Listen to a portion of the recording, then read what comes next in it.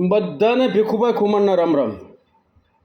આ જે કાશ્મીરની માઇલપા, પહેલગામની માઇલપા જે કાંઈ ઘટના ઘટી અને એની માઇલપા જે માણસો બાયું જે કંઈનો અવસાન થયું, જે કાંઈ ઉપર હુમલા થયા અને જે કાંઈનું મરણ થયા, એને બે હાથ જોડીને શ્રદ્ધાંજલિ આપું છું.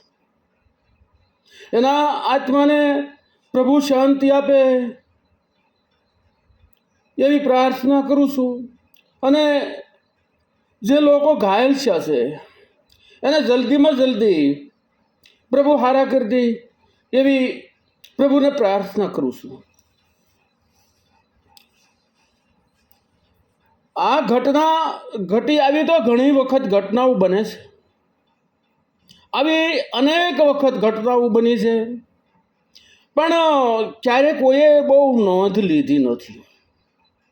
પણ આ વખતે નરેન્દ્રભાઈ મોદી છે એ આનો બદલો લે છે, પૂરતા પ્રમાણમાં લે છે. એકને બદલે એક હો લે છે, એવો બદલો લે છે એવી મને આશા છે. અને બીજા બધા લોકો માટે હું એટલી જ પ્રાર્થના કરું, બધાને વિનંતી કરું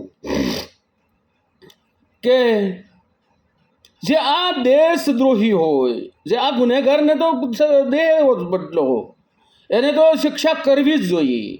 પણ જે દેશદ્રોહી હોય, જેને આની પાછો હાથ હોય, એને પણ સજા કરવી જોઈએ. અને જે કોઈ આ દેશના દુશ્મન હોય, આ દેશના ગદ્દાર હોય, એવા લોકોને પણ પાઠ ભણાવવો જોઈએ, એને પણ છોડી દેવા ન જોઈએ. અને એક એવો નિયમ છે કે જે ગદ્દાર હોય ને એ કાયર હોય, એને જ જે કાંઈ કારણ કે પૂછપરછ કરી અને કે આ હિન્દુ છે એમ કરીને મારવા, અને એમાંય કોઈ પાછા હોય એવી વાત કરે કે અમારે કુરાન શરીફની માઇલપા તો 5મા આયનામાં લખ્યું છે કે કાફરોને મારવા એટલા મારવા કે એ ઇસ્લામ ધર્મ સ્વીકાર કરી લેવો જોઈએ.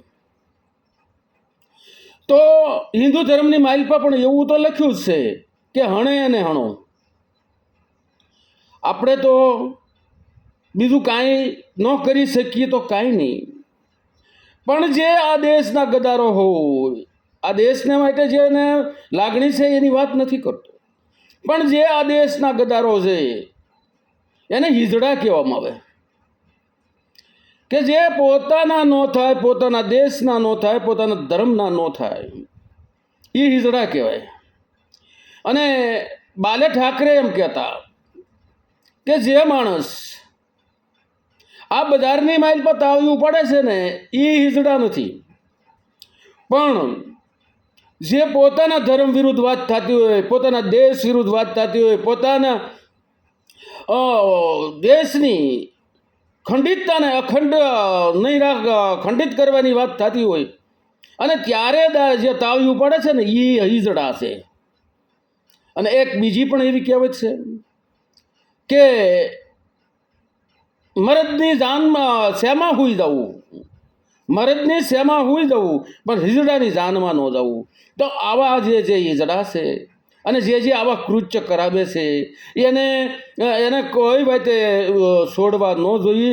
અને આપણે બીજું તો હથિયાર નથી ઉપાડવા, આપણે બીજું કાંઈ ન કરી શકીએ, પણ આપણે દેશ વિરુદ્ધ કૃત્ય કરતા હોય એવાને સાથ સહકાર ન આપીએ એટલું તો આપણે કરી શકીએ ને.